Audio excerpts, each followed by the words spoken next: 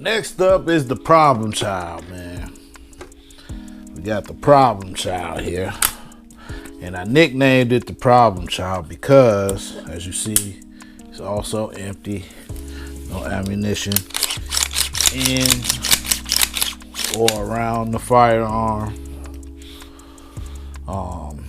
Yeah, the reason I nicknamed this bad boy the problem child is because I had some hiccups with her during the training. I had a few failure to fires, and I didn't know why. One or two things happened, or both of them happened. One major issue that I had was this magazine. This magazine that I got, this metal mag came with my 16-inch Radical Firearms AR, and I still have not shot that weapon. I still ain't even shot that weapon. But I did take the bolt carrier group with me just in case this one broke down, but it ran decently. My bolt carrier group ran decently. I did have some issues with some failure to feeds or failure to fires with this mag while we were running drills. So I ended up dropping this mag and never picking it back up for the remainder of the training. I thought maybe it was the ammo that I was having issue with or the gun, but then I dropped this mag and switched to a regular P mag and it ran fine. So this was definitely the culprit and one of the drills that we were doing. Only reason I still have it is because I want to take it to the range and run some more rounds through it and see if it was, you know, just to make sure it was the mag. Either way, this is gonna be, if it does work, it's gonna be strictly for training. Because I think it's good training to train with, you know, magazines that may or may not work every now and then. You feel me? Run some training, then you have the opportunity to run some failure to fire drills, reload drills, and you know, things like that. I'm probably mark this up, maybe put some tape on it or some fingernail polish or something to let it be known this is just only a strictly practice mag. So I know that was definitely one of the issues. Another issue that I didn't realize until I watched the training video. Matter of fact, if you didn't see the training video, it's fire. It's over an hour worth of training footage and tips and tricks straight from a Navy SEAL. Over the course of that day, I think we were out there for like 8 hours of training between our carbines and our handguns. We were there for about 8 hours, and I condensed 8 hours of footage into an hour-long video. So go ahead and check that bad boy out, and let me know what you think. But beyond that, everything ran just good, man. Still empty. Make sure my dot is off, and it is. What to say about this? It's kind of heavy. Well, let's rewind. This is a 10.5-inch personal build that I did. This is an Anderson manufacturing lower, a CMMG lower parts kit. I have the upgraded, what do you call this? Nickel boron bolt carrier group. The upper receiver and barrel is from, who made this? It's a 10.5-inch, I want to say a .750 gas block or gas system. I'm trying to think of the name of the build. It was Daytona Tactical. It's a Daytona Tactical 10.5-inch build. Yeah, I think what the issue is, like I was saying, I watched the training video footage, and what I noticed prior to going out there to that training was This bad boy came stock super gassed, overly gassed. So the first step to try and fix that was to I went and got an Odin Works adjustable buffer set. This is the original buffer that came in the gun, and it's super light. It's super light. So what I was thinking was, it's too light, so the bolt is traveling real fast and it's cycling before the next bullet is able to get super chambered, you know, seated well in the chamber. So I'm getting the failure to fires intermittently, as well as my ejection pattern was well forward. So I got the adjustable buffer, which I have in here now, and I got that ejection pattern to come closer to the 3 o'clock, but I know it's closer to the 3 right now. By watching that video where I think I'm still having those failure to fires, is because it's not quite at 3. It's at like in between 2:30, 3 o'clock, and I want it around in between 3 o'clock and 4 o'clock. So 3:30 would probably be best. So I still need to slow down the cycling of the weapon. I can adjust the weights, but right now I have a really heavy weight in there. Like I said, it's adjustable, so I can adjust that more. But what I think I'm gonna do is get I'm gonna get a flat wire spring to go in the buffer. So like I said, I can still adjust the weight, but I also want to adjust the spring here. So that'll be my next step. Y'all stay tuned for that. Hit that subscribe button with the notification bell. Maybe even if all you want to see is the firearm stuff, go down to the firearms playlist and save that playlist so you can just watch that. Now, I mean, get alerted when I drop the firearms footage, because this channel is a lifestyle channel. So whatever I got going on is going to be on the channel. Although all you may want to see is the guns or just the trucking or whatever that you want to see. Find that playlist, hit save on that. As far as this goes, that's the next step. I still think it's a little overgassed, so I'm gonna try the spring next. Hopefully that fixes my issue. If that doesn't fix my issue, then I'm gonna go with an adjustable gas block after that. So I want buffer, next is spring, after spring would be the adjustable gas block, in that order. That should fix it. But I am gonna go suppressed on this bad boy eventually in the future, so that's gonna be something I'm gonna have to do anyways. Get that adjustable gas block, so I can just get my stuff dialed in as to what I'm running at that time. But other than that, it did not have as many hiccups as it has had in the past. It's definitely gotten better from the first time, you know, when I was watching those videos. If you ain't seen those videos, go back, check those out. But I was definitely having failure to fires more. It was also intermittently, but it was more often than I did at the training. I'm trying to think what else. I think that's it for now as far as this is concerned. Those are the major issues that I had. Like I said, the handgun ran just fine. My AR wasn't so lucky with that one.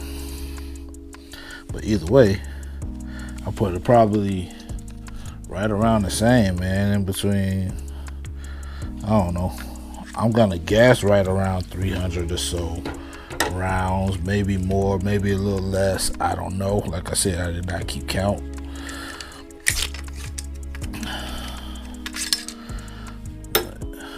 Either way, we need to get some cleaning going on.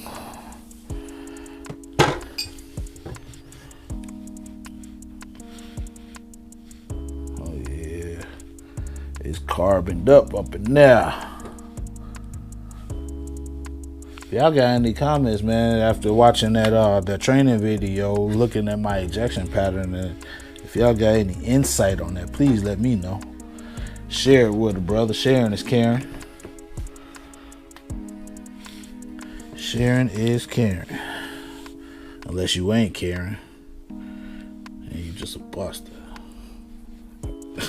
Just joking.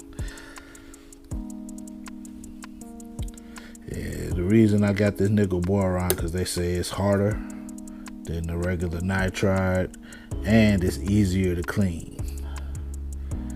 So we gonna see. I definitely did a really good clean on it before I went out to the training, and I broke it all the way down to the extractor and all of that. Pulled the pin out.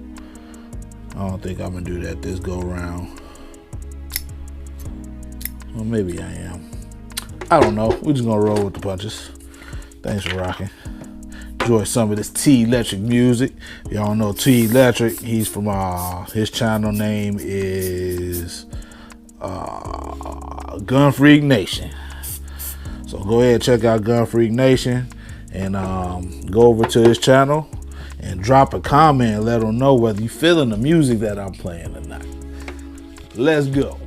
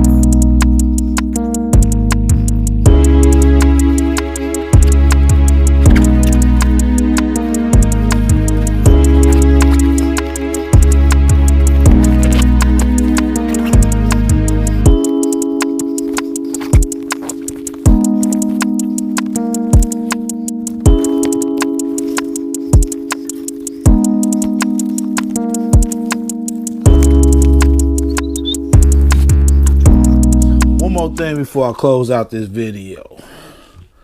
The axle, I forgot what brand these are. Or the brand, not the brand, the model.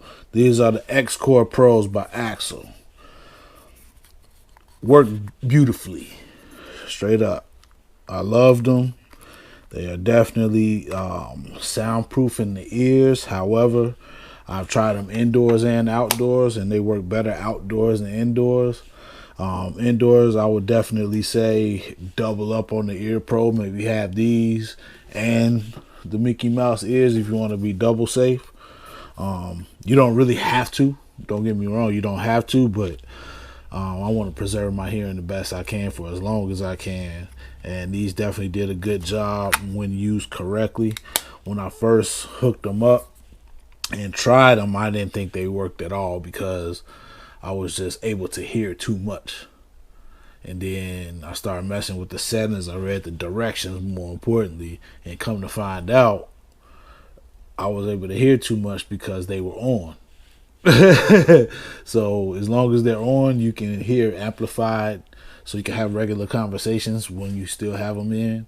And then as like you snap your fingers or a loud crack from around or clapping your hands, anything gets above a certain decibel, it mutes it out like automatically.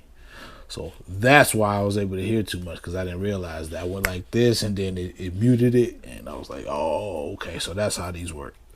So you can have them just sound deadening altogether, or you can have them on and they sound deadens, you know, as the decibel gets too high or whatever. So I definitely recommend them.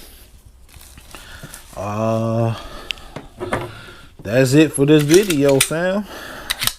That's it for this video. I think this is gonna become my main EDC.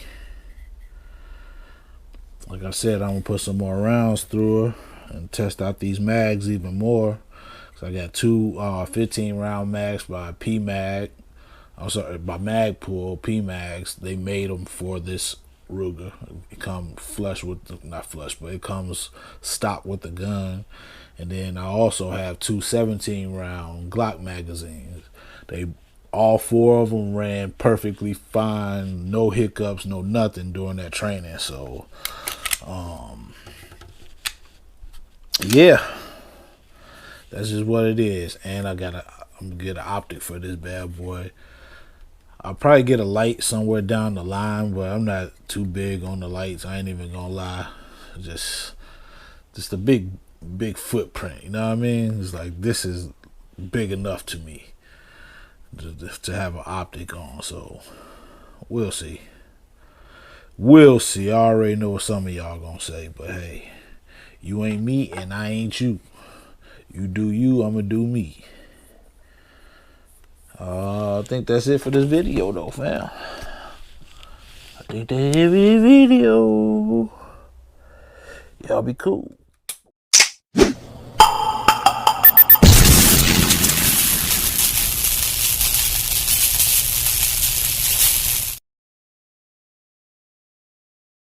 Hey, whether you need to defend yourself with your hands, pistol, a sword, a rifle, or a pistol, USCCA. Anything happens, whether it's criminal or civil cases, that will cover your ass in case you need to use self-defense. No lacking. USCCA, link in the description. Don't say I ain't tell you so. USCCA ain't the only ones on the market, so shop around. We personally use USCCA. That link is in the description. They have insurance policy, online training, and certifications right at the comfort of your own home. Introducing the StopBox Pro gun safe, the ultimate solution for safety. With cutting-edge technology, this safe keeps your firearms secure yet accessible. Built to last with an advanced locking mechanism, trust that your loved ones are protected. Use link in the description for 10% off, and buy one StopBox Pro, get one free. Double the safety for your peace of mind. Visit our website today. Link is in the description.